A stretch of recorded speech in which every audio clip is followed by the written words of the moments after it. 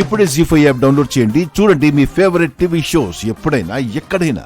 మర్యాదగా చెప్పు, లేకపోతే పోలీసుల్ని మీడియాని పిలుస్తాను. పిలవండి. మీరే అనవసరంగా దౌర్జన్యం చేస్తున్నారని నేను చెప్తాను. రివర్స్ కేసు మీ మీద పెడతాను. నిన్న నేను ప్రెగ్నెంట్గా వచ్చిన వీడియో మీ సీసీటీవీలో రికార్డ్ అయింది. ఈరోజు నాకు డెలివరీ చేసి నా బిడ్డల్ని మాయం చేశారని చెప్తాను.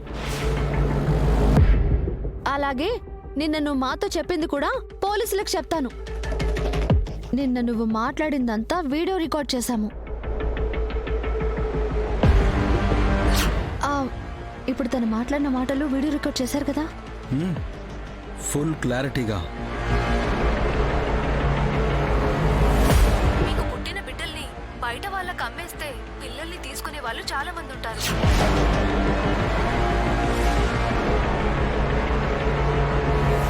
మీకు దండం పెడతాను, నన్ను వదిలేయండి. నేను ఇక్కడ నర్సుని. ఏదో పొట్టుకుటి కోసం ఇలా చేస్తున్నాను.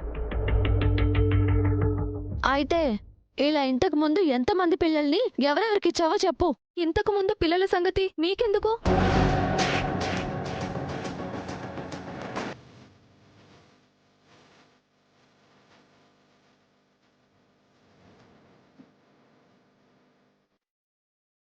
మర్యాదగా చెప్తావా లేదా?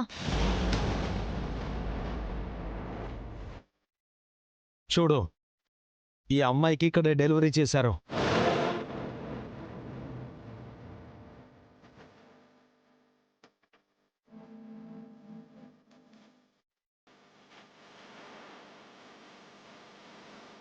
అవునండి, ఈమెకి ఇక్కడ క్రిటికల్ కండిషన్లో డెలివరీ చేశాము. తన బిడ్డకి ఏమైందో చెప్పు. చనిపోయింది. ఏయ్, అది అబద్ధమని తెలుసు. నిజం చెప్పు. తెలీదండి, నన్ను వదిలేయండి. ఇలా కాదండి, పోలీసుల్ని మీడియాని పిలవండి. అరెస్ట్ చేయిస్తే తన చేత పోలీసులే చెప్పిస్తారు నిజాలేంటో.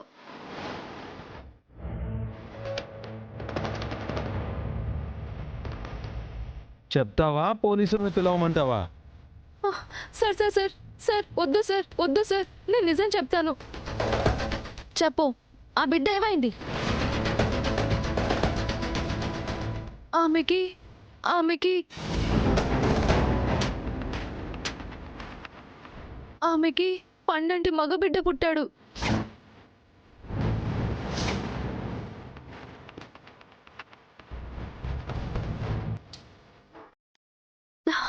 చెప్పాను కదండి, వినండి.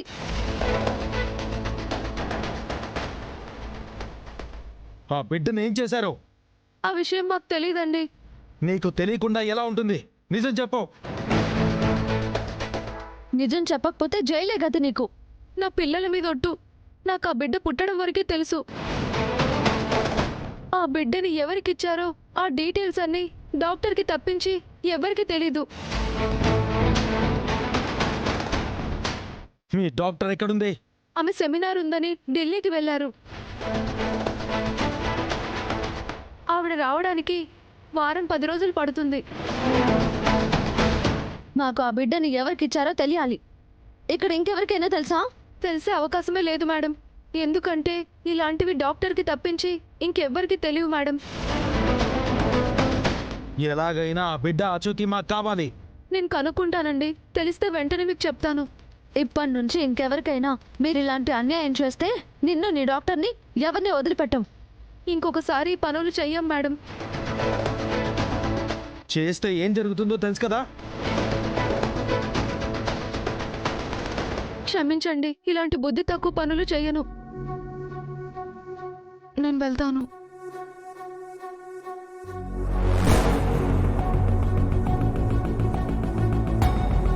హిమ బిడ్డ బతికే ఉన్నాడని స్వామీజీ చెప్పిన మాటలు అక్షర సత్యమని ఇప్పుడైనా మీరు నమ్ముతారా?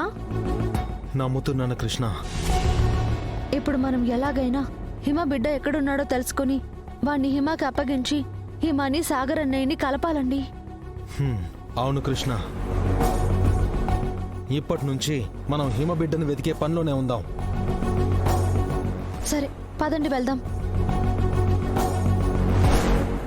అమ్మా నిజంగా నేను నష్టజాతకురాల్ని.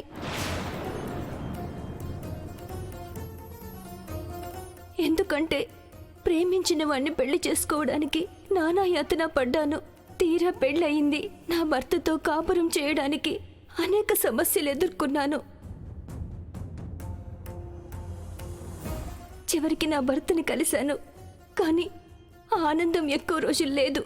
ప్రతి అమ్మాయి అమ్మతనం యొక్క గొప్పతనం ఆస్వాదించాలనే కలలు కంటుంది. కానీ నేను అమ్మ నవ్వలేకపోయాను. నా కల కలలానే మిగిలిపోయింది. నా భర్తను తిరిగి కలుస్తానన్న నమ్మకం నాకు లేదు. బిడ్డను కోల్పోయి అత్తారింటికి దూరం అయ్యాను.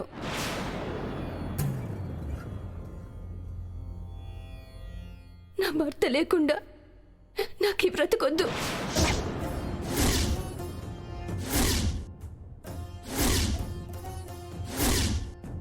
నేను బ్రతికుండి మీకు భారంగా ఉండలేను. నా ప్రాణాలు వదిలేయాలని నిర్ణయం తీసుకున్నాను.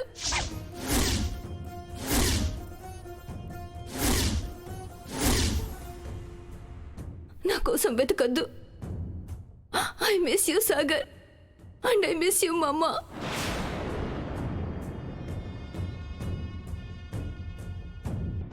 స్వీటీ, స్వీటీ, స్వీటీ, స్వీటీ, అయ్యో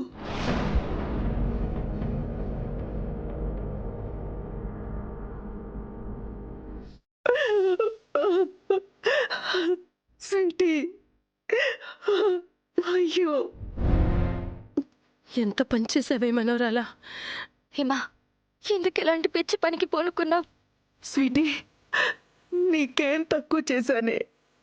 ఎందుకు ఎందుకు ఇలా చేస్తున్నావు నువ్వు? తరా ఊరుకోమ్మా.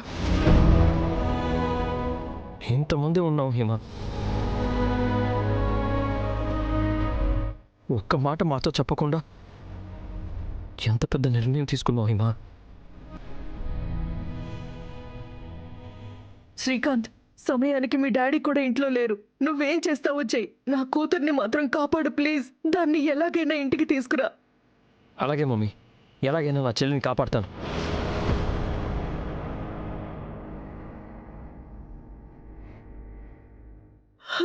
స్వీటీ,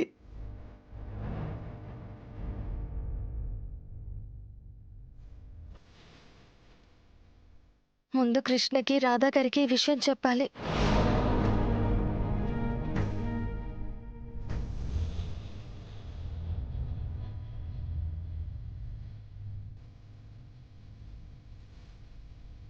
అయ్యో భగవంతుడా.